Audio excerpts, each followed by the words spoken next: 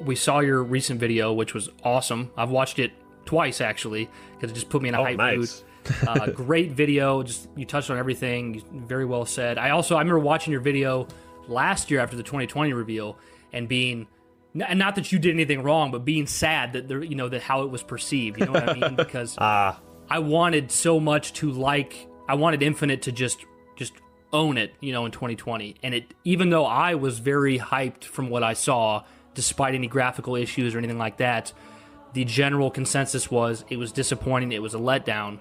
And then watching your video, your points were valid, and it was like, even if I was excited for what we saw, I was like, I know this is the community at large. Like even our community, the way they're talking about it, it's like this is how people feel.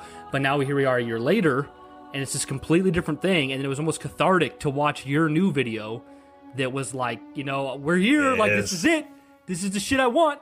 So like just touch on for us, like what did you think from kind of 2018, 19, 20, 21? You got four years of reveals now. It's kind of crazy. What's this path been like for you? Have you been excited the whole time? Are you feeling optimistic now? I would say from your video you are. Like what do you think about Infinite? Mm-hmm. Well, the first trailer back in 2018 that was kind of like a tech demo, I was like, okay, yeah, this is cool, but I'm not going to see any realistic shit for a while. The ending was pretty cool with the Halo ring and all that. And then the year after that was Discover Hope 2019. Mm-hmm. And that was pretty good. Again, I still wanted to see a first person view at some point and have a gun in Master Chief's hands. Right. But the story beats were still, it looked promising. It was interesting. And then 2020, I think it really is a case of the dangers of hype and the amount of time. What is the right amount of time in between a sequel to perfectly capitalize on its success, its name, and its brand? 3 years for Halo previously was always pretty good. I mean, the games had so much content, there's so much to do.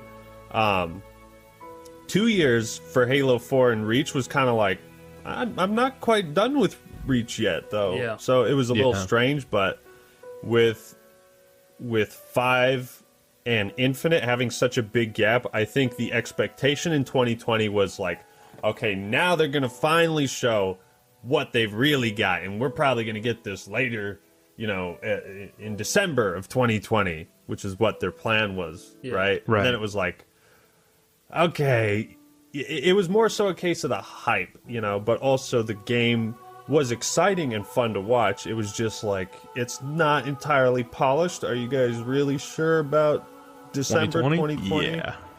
So that's honestly where a lot of my complaints and criticisms came from, was that mindset of you guys are releasing this in 6 months. Are you sure about that? Yeah.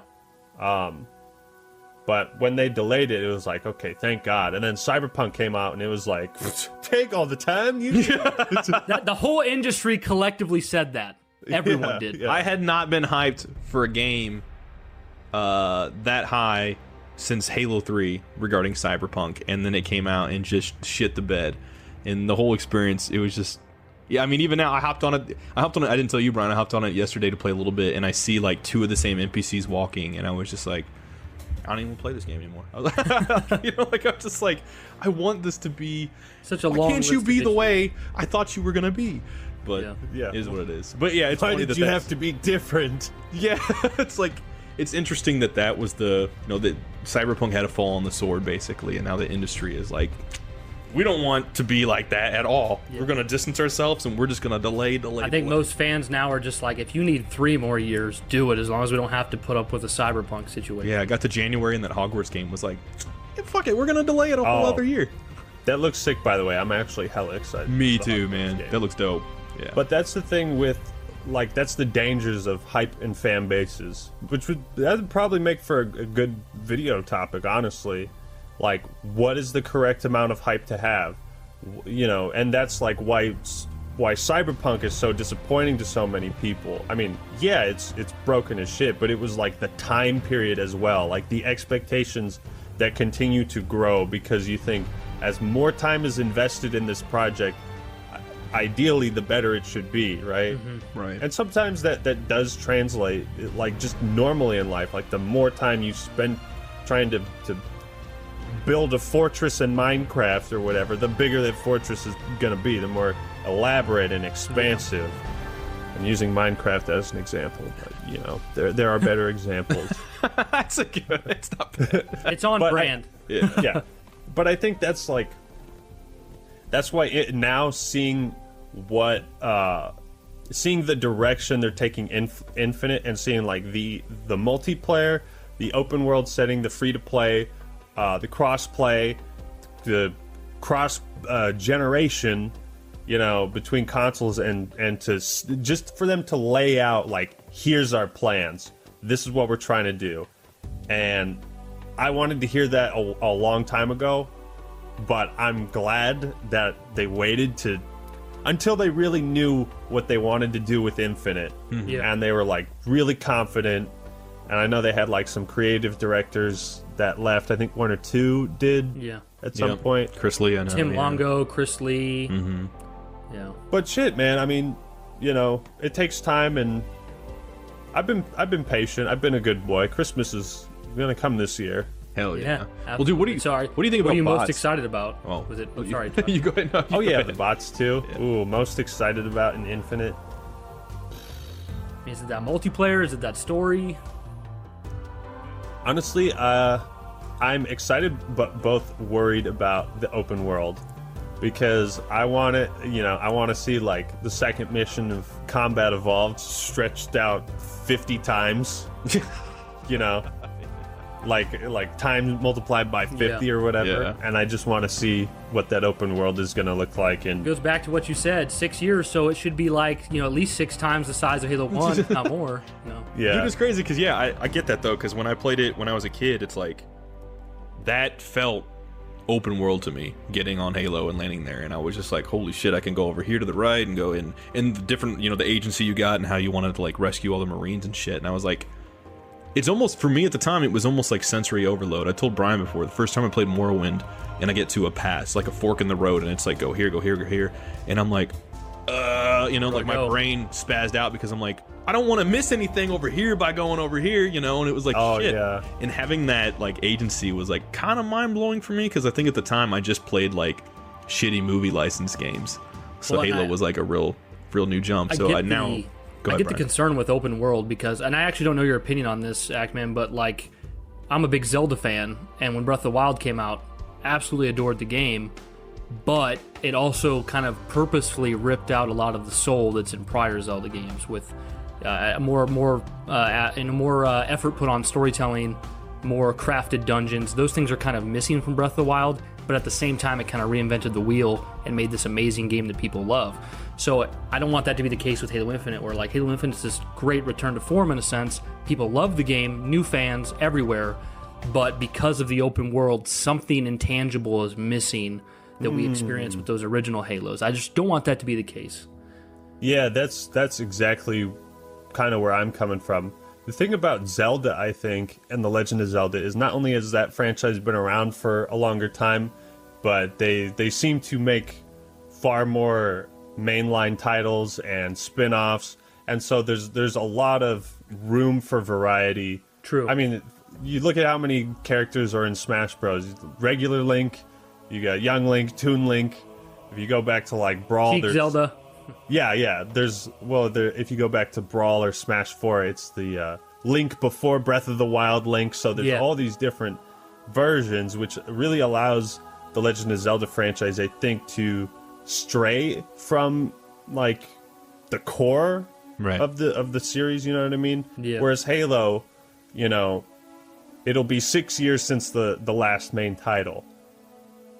That's a long time to. So if this experiment doesn't land, then it's like, where are we left? You know what I mean? Yeah, it's kind of a big I think it's going to turn out pretty good. Yeah, the one thing I'm worried about is like, how can the story be handled in that? Like, is there going to be kind of dungeons where, you know, you go into this, you find all these dungeons that are scattered throughout the world, and then it becomes that kind of linear, story-driven experience where cutscenes play out? Yeah. Or I mean, if there's some crazy big battle happening in the open world, is the game going to lock you in this area, or are you going to be free to just be like, please, just book it away from it, you know? Yeah. You want it to feel organic, and what you're concerned about is it might not, right? Yeah, it'll just be harder, I think, to make it feel organic and natural and like scripted and like a story is playing out in front of you. Sometimes it's hard for open world games to really get without. But again, you could just rely on cutscenes. So yeah, well, that's kind of where I'm at with Halo Infinite. It's like my biggest, I don't want to say concern, but like I just the trepidation I have is like with every Halo game, there's always the takeaway. Like, you know, when people play these things at first, it's like I'm so hyped, I'm just happy to have a new Halo game. I'm just tunnel vision focused on that. But then it's like a year later, a couple years later, you know, there's always like, here's something it did really well, here's something it didn't do well, you know. And I'm kind of wondering for Infinite, like even if this game is like a 10 out of 10, what's going to be the takeaway that people have that didn't really work out? Is it going to be maybe the pacing that gets potentially affected because of the single player? Is it going to be multiplayer? Are people really not going to like the lack of red versus blue, or how big team battle is now, or whatever, you know? It's food for thought. Yeah, that's a very interesting point. Yeah. Yeah, because like Josh was saying, sometimes the biggest, most known critiques of a game really kind of come out later. You know what I mean? It's only, or even to take it back to an extreme example, the Star Wars prequels. It wasn't really till Red Letter Media tapped into with their videos that they became so popular that people would just generally say the same exact critiques that Red Letter Media had made out in the world amongst their own friends and family, because they had brought such awareness to it. I mean, it's just like Halo 5 now. It's like a lot of the problems with Halo 5 we might have not so much noticed in launch week, but like years later, and when you're making your video and we're talking on the podcast, it's very evident what the issues were. So what's it going to be for Infinite? Yeah.